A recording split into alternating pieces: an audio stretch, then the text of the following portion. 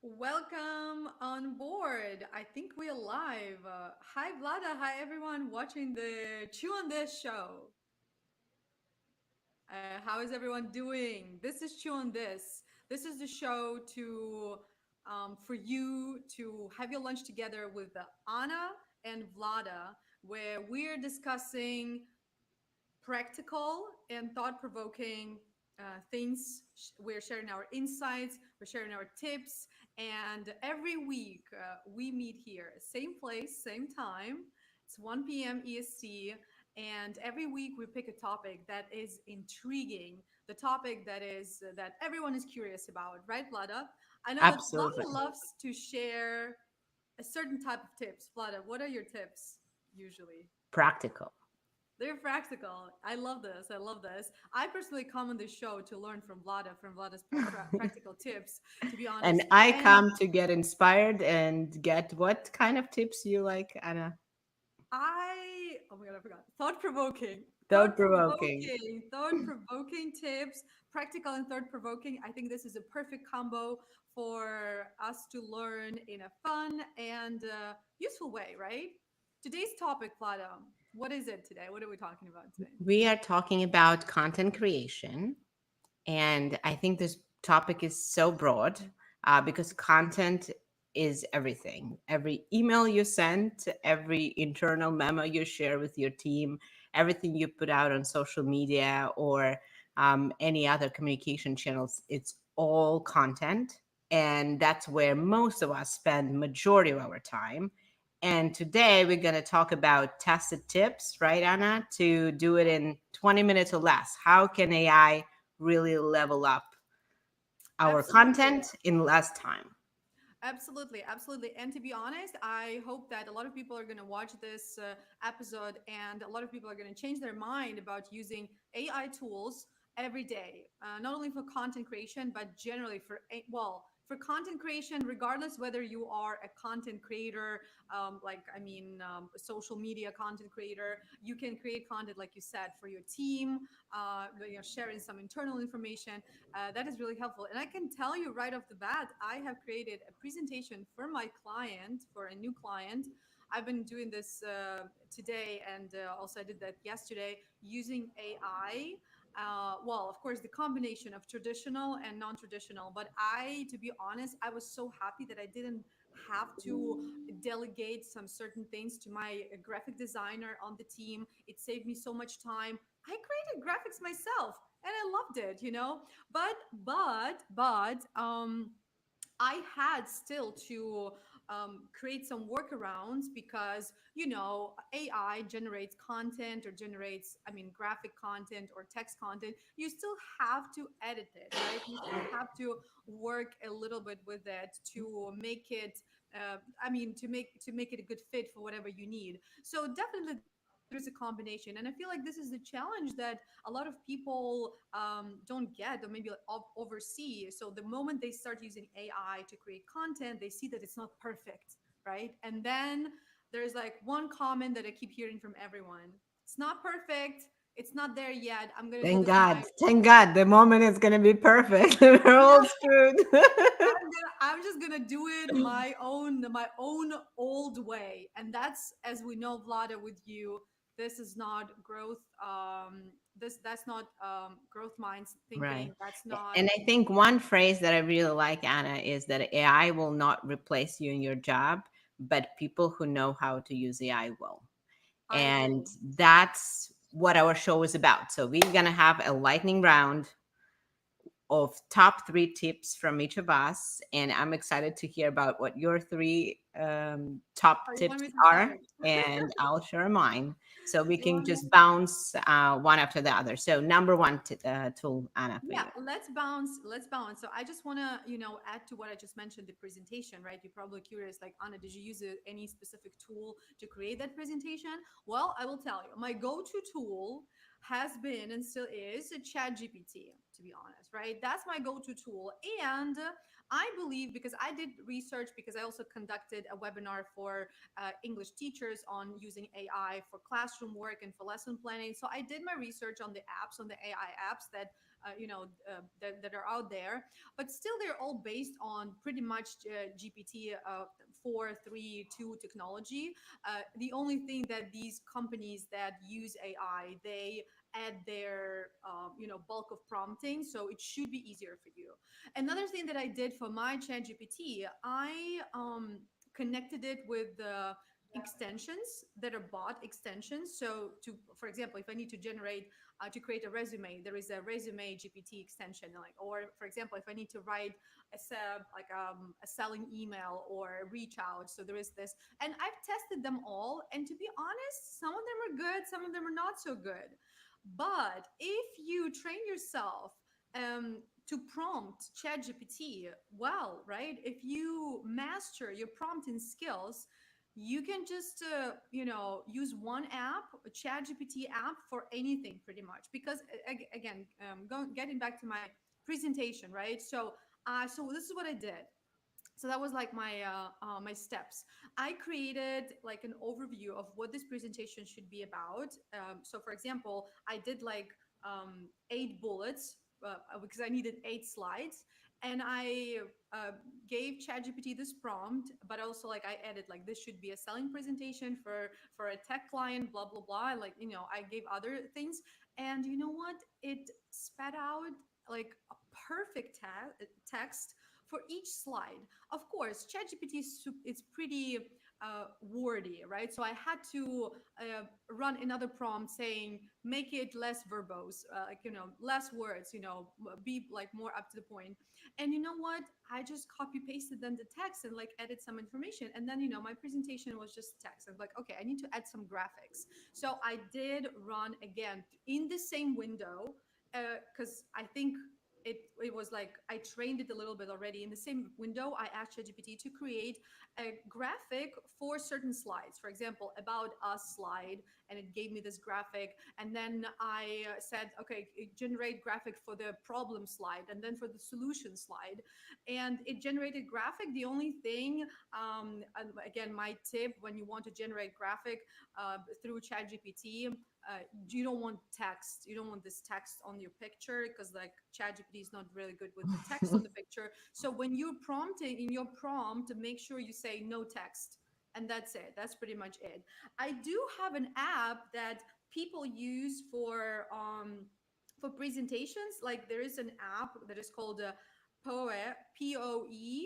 But like, again, this is pretty much what you can create kind of yourself in ChatGPT if you connect those bots. So like in this app, you can there. So like when you log in, you can see different bots for like I said, creating memes or creating presentations or creating super high quality graphics. And I did try it out. It, like I said, it works great. I mean, but still, your prompt has to be quite specific and be prepared for iterations and iterations, honestly. So it's up to you whether you want to pay these $20 per month per chat gpt, or you want to pick another app that is pretty much the same, but it might ask you, I mean, it might require less of your prompting skill or effort, or maybe not, because like, we never know how this technology is super new, so it's all testing out. So that's my tip number one on in terms of the app that I use on the daily. To be honest,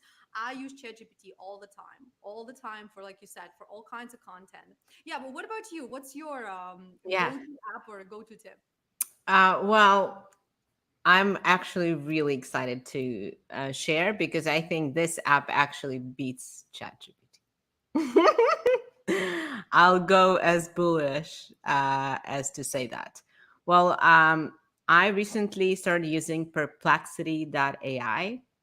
And when it comes not necessarily to content generation, but more to research, and usually when you're putting together an article, a presentation, or something, especially if you're aspiring to be a thought leader in the field, you need some research. And what is really cool about Perplexity is that it really sources the files and shows you where the research is coming from, and it's just so concrete, right? It doesn't feel like it glitches out like ChatGPT sometimes, right? When You ask to, 2 plus 2, it can tell you it's 5, and then, change its mind, obviously. But it doesn't seem, I haven't seen it hallucinate and actually be very factual. And so I think that it's just unbelievable. And you also can get pretty far just on the free account. So for anyone that is writing sort of more thought provoking texts on LinkedIn or in your presentation or pitch or whatever that is, it's just an incredible asset. I did use it too. And, guys, I want to tell you, surround yourself with bright minds, like Vlada, because she shared Perplexity with me early, I think, last week. And of course, I did try it right away. It definitely, the speed is, I mean, it's much faster. From what I can tell, it's like more robust from what I can tell as well. But and yeah, it's like it feels like you want to use it when you do like a deeper research, or you're looking for some information that is more maybe academic. I did so here is what I use Perplexity for, just to compare how, because there's like one task I use for I mean there's I use ChatGPT for one of the content creation tasks. I create scripts for my reels, and for my English teaching account, right? So and I mean it's not like perfect for a YouTube video, because it's not going to give you a lot of script, like a lot of text. So like for a YouTube video, you want something more, I mean, longer video. So I did ask that, and to be honest, ChatGPT did a better job on this particular task. But again, it's like the way my prompt was, like it had to be short, it had to be maybe more superficial compared to what Perplexity is for, But this is another idea. If you want to create a script for your reel, let's say, again, don't expect it to be perfect, and don't expect it to just like give you a perfect script and you just read it off the script and your video is ready. No. But for me, it's 50-50. Sometimes it just gives a perfect script. I'm like, okay, there is like, and I don't want to change anything. But sometimes it just prompts me to create something, like it just generates ideas, right? So technically I would say that the number one value that GPT offers people these days is idea generation, right? Helping people to generate idea and to move forward. Because sometimes we're stuck, like with these presentations, for example, that you have to create for clients. You're like, where do I even start from? And then you give it a go, and it just, you just keep going. So yeah, so definitely. Absolutely. And I'm hearing more and more people actually use ChatGPT as a way to summarize notes, especially now that you can either paste or integrate some of the note taking software. That's a huge boost. And that I've even heard someone recently tell me about how they tag different people then according to sort of the summary of the conversations, and sort of that's next level stuff. But one tip I recently learned about ChatGPT that I see really elevate the quality of the output is those custom instructions. So if you haven't filled those out in the bottom left, go there and just tell ChatGPT everything about you, share information on your LinkedIn, your journey, your goals. And so that starts just improving the learning process. That's a game changer. That's a game changer, and definitely the more information you share, the more accurate the answers, ChatGPT answers, and like responses to your requests are going to be. Totally. Do you have any recommendations on like video or photo apps or that are AI? Yes, I actually, the very app that we are streaming from, I would love to recommend, and it's called Riverside. I discovered it recently. Anna was an advocate, and I certainly have seen in a lot of groups folks sharing it. I would say initially it took a bit of a learning curve, especially the streaming part. But They I don't think the make it qual- easy for you at the beginning. yeah, but I figured it out on try number two. But the quality of video is great. And then if you think about content creation or marketing, there are so many different use cases. So, for example, if you are in a marketing role or customer success role, imagine the power of this when you invite your when you invite your customers to Riverside, and you just have these conversations here that are recorded. And then what it does is actually has useful AI built in, because I've used other platforms like StreamYard and a few others that I've tried. They have AI, but it's not useful AI. Riverside has useful AI, which is all the difference. And it creates this snippets, and then it can be something immediately, an asset that you can then use in your marketing from your customer interviews, or maybe it's even internal advocates and you want to share something with a broader team. You get everyone on Riverside and you record it. So there are so many cool ways that it could be used, not only for those sort of content creation folks who are streaming, podcasting, and doing all sorts of Just like us, streamers and podcasters. but in regular way of running business, I can see so many really cool applications where you produce high quality video of your customers talking about your product, and then you cut it up magically in those short reels and clips. And obviously short form is the content that performs the best, and you have already, from every interview, you can have 5 6 assets ready to go. Yeah, absolutely. There is another app that I personally used a couple of times just to test it out. That is a video app. So this app allows you to create videos from a text prompt or a photo prompt, right? So you can upload your photo and they like animate it, for example, or you type in the text and they create like a 4 second video, right? So like it's not going to be tons of seconds or minutes of video. It's this app is called Runway. Just just wanted to share. I didn't have like a lot of, like I said, I didn't have much time or need to test it out because I create my own videos with my face, right? But like this is an opportunity for someone to try out creating AI videos. The only thing is that you will have to pay for it. Yes, it's not going to be perfect, of course, because like if the text is not perfect, of course, video and audio, I mean, video content and AI video content and AI picture content is not going to be perfect still, Right. Yeah, so like that's the hardship here.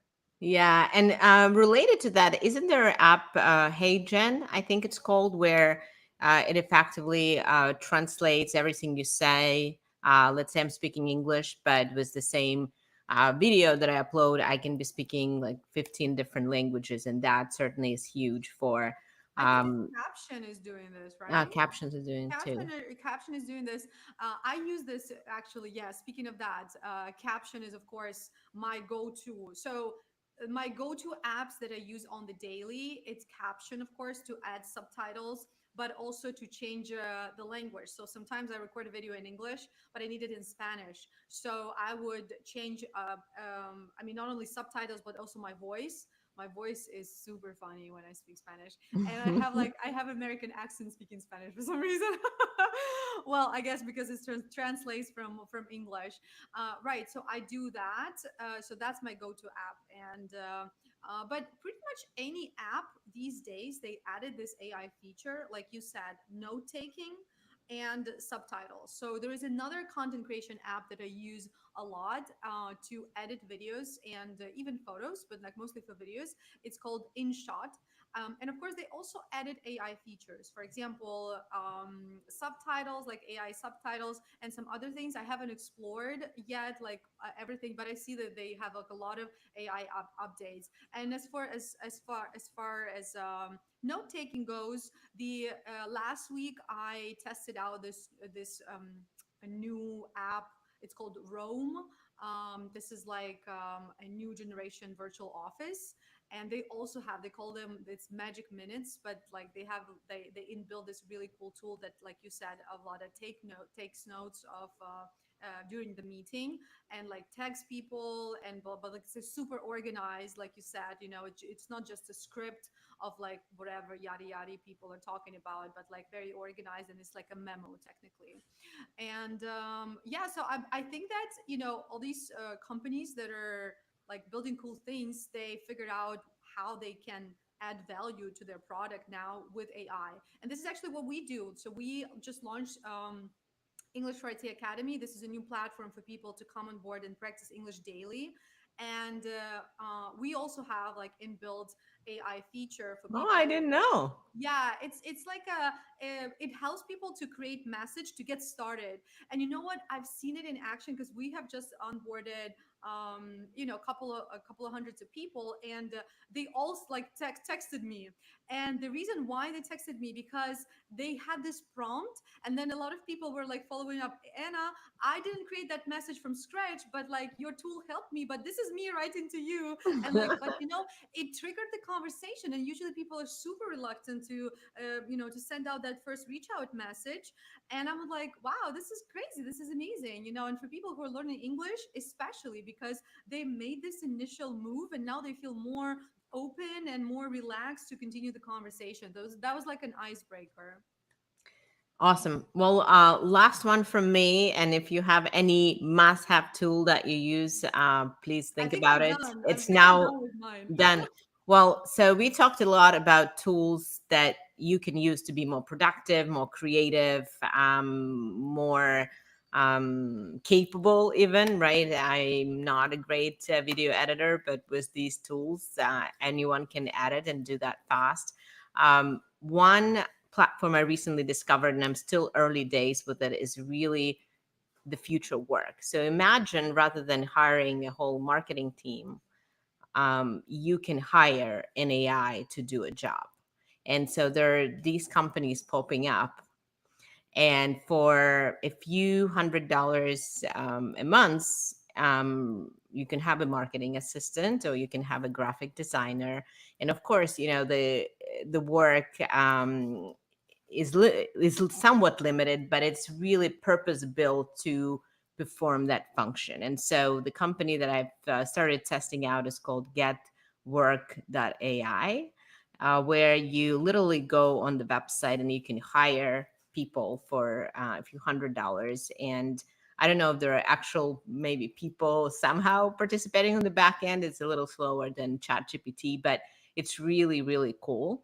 And then separately, there are now companies that offer a combination of the two, right? Like I think Smith AI, for example, they do it for business development or customer success or variety of roles where they have armies of people that are trained to be great with AI. And so these people effectively, they shortcut that process so you don't have to train every person in your team. So you can double your capacity or throughput or whatever function is that they need to accomplish. You can just hire them as a company, and then they have an army of various trained people with AI that effectively you pay for one person and they can perform as three.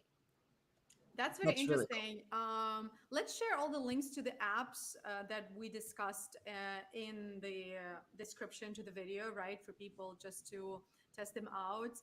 I'm totally ready to work with AI people I alongside know. human beings. It's just like I am a firm believer in small teams.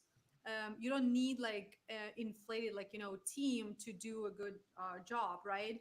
But if you have this small core team that you can also that you can delegate mundane or routine or I know I don't know, boring tasks to AI assistants, that's wonderful. However, in order to have an AI assistant, you need to be a very much a curious, educated, profound, hardworking personality, because it's like you will have to figure it out. And I think that's the challenge. And this is my final remark here for this video.